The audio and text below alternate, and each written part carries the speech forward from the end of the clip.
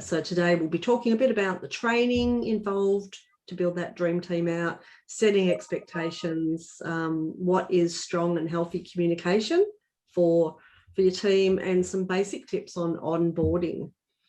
So Deb, do you want to get started with the conversation? Yeah, it's a pretty big topic and something that I'm quite passionate about, because look, I made a lot of mistakes in growing my team, put on the wrong people, didn't think I needed to set expectations. I made a lot of assumptions that, look, they'll be like me, because that's what I wanted. My clients like me, and I wanted to clone me. So I thought, if I just get that bookkeeper and teach her my stuff, then she'll be like me. But it's a lot more involved in that. And really one of the key things that I found really helped set expectations and align the new recruit to my culture and my core values was to do what I called a staff orientation session. You might call it, some people call it an induction, whatever you'd like to call it. But the reason I like the word orientation is because I felt like I was orientating the new recruit to what was my core values, what's my vision, what's my mission.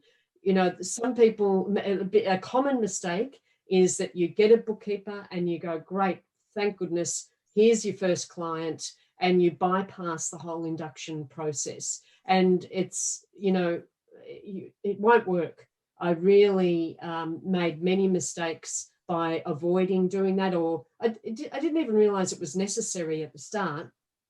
I just thought, yes, here you are, now you can do the work. But you don't build trust or loyalty or culture in your team if all they are doing is the work. You have to spend time aligning them with your culture, to getting to know them as human beings, and it's really about spending time, and rather than going full throttle, here's some clients, just spend, and it takes an hour or two right at the start to be able to dedicate that time and really go through all the important things. There's other things like administrative processes and things like that, but that staff induction was a critical part of the onboarding of a new staff member.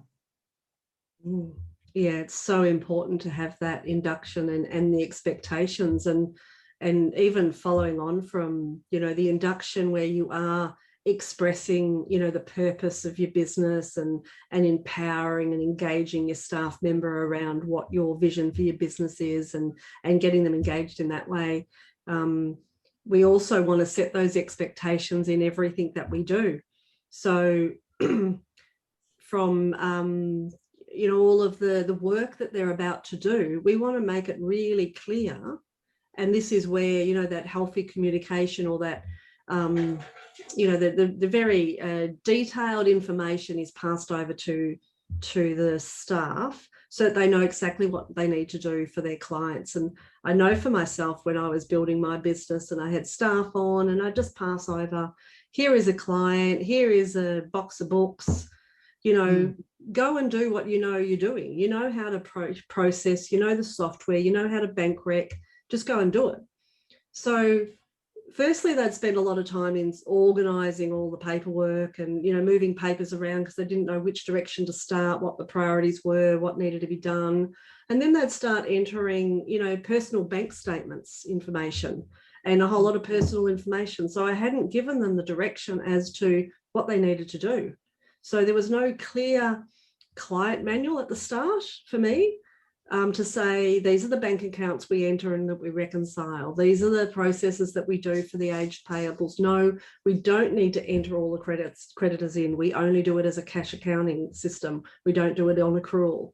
So, you waste so much time and energy in fixing the things that should have been done correct the first time, or wasting their time in doing things that did not need to be done. So clear expectations of how to do the work and what exactly to do is really necessary right at the start. So even though, you know, we're going to discuss, you know, who to put on and the team that we're building, it also comes back to you as the business owner to make sure that you have set the right boundaries and the right framework and the right systems for them to follow. Because you could get the best staff member on and they could still waste a whole lot of money and time for you. So, you know, think about, you know, going back to what the foundations of your business are. What do you need to be put in place before you can have a successful transition for a staff member and assist that staff member succeeding in your business as well? Sharon, have you had any experience with the bookkeepers that you mentor in, you know, onboarding and creating that team as well? Yeah, I've just I've been thinking so much back when I was building the business with Tanya, and to begin with, I was so overwhelmed, like the juggle of work coming in and making sure that I had bookkeepers coming on board at just the right time, and that balance. With, to begin with, I was like sick in the stomach to make sure that it all worked well. So my anticipation or enthusiasm to get somebody on, obviously, like everyone else, it was like, oh, I'm really desperate because I've got work coming in. And I remember to begin with, Katrina, I used to get so excited. I'd get these CVs through and these like people with like 30 years experience, and they're this and they're that, and they've got, it just looked magnificent. And I would think that this is great, I've got the one, this is the one. I'd show Tanya. And obviously being part of pure bookkeeping, we'd always sort of say, or Tanya say, well, wait till they go through the skills test to see. And honestly, that process of just, you know, you're so keen to want to get somebody on, you just want to fast track it and go, yeah, no, look at her, this is great, I'll go with this one. But, you know, I think that the process, I think there was 2 scripts. Phone scripts were definitely designed to cull, like to the questions that you outlined, Deb, were designed to cull people out. And then you get to the stage of doing the skills test, and again, you know, they've got to pass by a certain amount. And I think just having all of that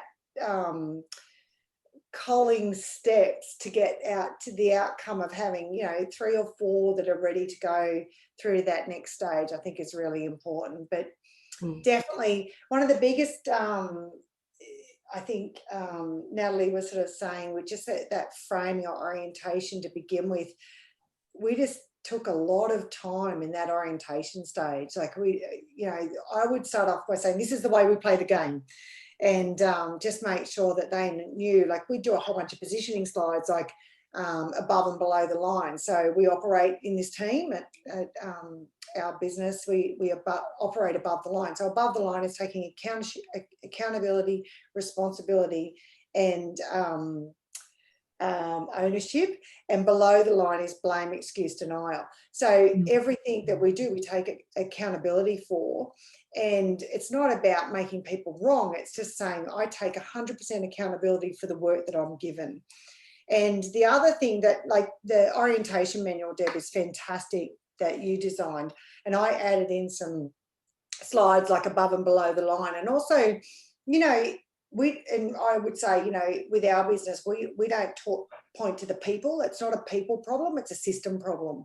So whatever goes wrong, don't feel bad. We'll just look at the system. What have you missed in the system? And if they haven't followed the system, then it's like a, you know, obviously a sit down and, you know, you've got to follow the system, because that's what it's there for. And we put a lot of time into that. So, and, you know, just things like team. What does team mean? Together, everyone achieves more. I mean, it's just all those nice little things. And there's another one that I loved, another positioning slide. It's a picture of the world, and it's this little stick figure up the front running away from their problems. And what happens when you run away from your problems? They catch up to you again. So if you do something that's, you know, that you think that you've got away with a mistake or something with a client, that's going to come around, because at some point you're going to hear about it from a client. So it's, rather than doing that, stay above the line, talk about it. And I think the other thing that I made sure that I did is just make sure that it was an environment of fun. So we did fun things. We went away for like wine tasting events, and we just made sure that they felt like they weren't a cog in a wheel, that they felt like they were part of something living and breathing and growing. And that's why I could go on forever, but that's why it's so important to have mission statements and what this is all about. What are we doing? What are we trying to achieve together as a team? And you're an integral part of that team. And I mean, I had all contractors. I didn't have any full-time staff. They were all contractors, pretty much working full-time hours. So yeah, it was, yeah, I think definitely coupled with the pure bookkeeping steps and what to do and the orientation manual and just my little sort of positioning slides and how we play the game above and below the line and all that sort of stuff. I think it makes such a difference. Yeah. Yeah, and I've got other stuff. That's it for now. Yeah. And for me, like we're talking about building a loyal team, and communication is an essential part of that, and setting expectations, as you mentioned, Sharon, right from the start with the induction. And it even, it began with me in that very first phone call about how I was communicating with that person, with the candidate in that very first phone call, and setting expectations. This is how we do this, and this is where we work, and this is how or it's, I learned that it's communicating and setting expectations is an integral part of successfully building a solid team that's going to be loyal to you. And you start off by, you mentioned the skills test. One of the testing points of that skills test is, do they actually ask questions? That's part of communication.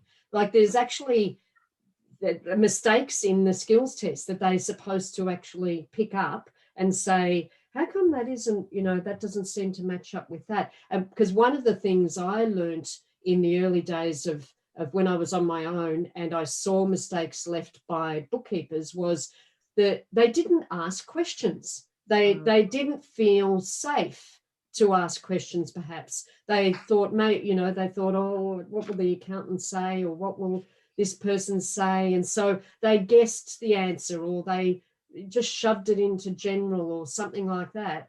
And that's where the mistakes happen. So I thought one of the most important things for me was, in terms of communication, is, are you prepared to ask questions? And so I created this test so that they had to ask questions. They couldn't actually complete the test without asking them. And I do remember I had one candidate actually go through the whole test and didn't ask me one question, and then stood up an hour later or something like that and said, I'm done now. And I went, really? Okay. Well, I don't know how you got through that test without asking a question. And of course, he had shoved things in all, he was the perfectly wrong bookkeeper. And because he didn't ask questions, you've got to make your team right from the start feel comfortable and feel safe. As Sharon, you said, it's not, yes, they will make mistakes. We are all human. We all make mistakes. And it's not about blame or anything like that. It's like whenever one of my staff made a mistake, I wouldn't crack it or anything like that. I would just say, take a deep breath and then say, okay, what system do I need to create in order to avoid that from happening again? And then provide the training for the staff member and explain the consequences of that. There's a lot of teaching. It's, in some ways, like they're your children. You don't avoid, or you explain things to your kids because you need to take the time to explain things so they go, oh, okay, I get why you're doing that now. Katrina setting expectations at the start. This is actually how we do this. This is why we are doing this, and this will be the outcome of that. Oh, okay, I get that. And they're intelligent adults. But if you just go, shove, there's the work, and off you go, I think it's actually disrespectful to actually, to do that with one of your staff. They don't belong to you. If you want to build loyal staff, you've got to be loyal to them. And the way you are loyal to them is you show them respect. You show them common courtesy. They're not just cogs in a wheel. And Sharon's saying, you talk about your mission. that was an integral part of the orientation process, Yeah. because I wanted them to understand that they are not just bookkeepers. We are empowering business owners around their finances. And they are an important part of my team. They are not a cog in the wheel. And but you've got to spend the time. It's not much and all as you're busy and, oh, do I really need to do this? If you don't, you won't be able to build a loyal team. You won't. They'll just look for someone else where they can feel that they are valued, feel that they actually are doing something important. I think it's Seth Godin in Tribes talks about everyone wants to feel part of a tribe, and that's the culture that I created in my business. That they had my back, but they knew, like, I would sack clients if they were disrespectful to my staff. I would just say, no, that's not on, and I would sack the client. And that sort of loyalty, they did the same for me. Like, if a client came to them and said, let's cut Debbie out of the equation and I'll just work with you and I'll pay you a bit more. And they said, that it did happen. And they just said, every time they went back to the client and said, my relationship is with Debbie, my commitment, my loyalty is with Debbie. And if you've got a problem with what she's charging or whatever, then you need to have a conversation with her. It just has this massively beautiful, it's a wonderful thing to be part of. I sold my business in 2014, and we still meet twice a year for dinner because we love spending time with them, my friends. That's what happens when you spend time and build communication, set expectations.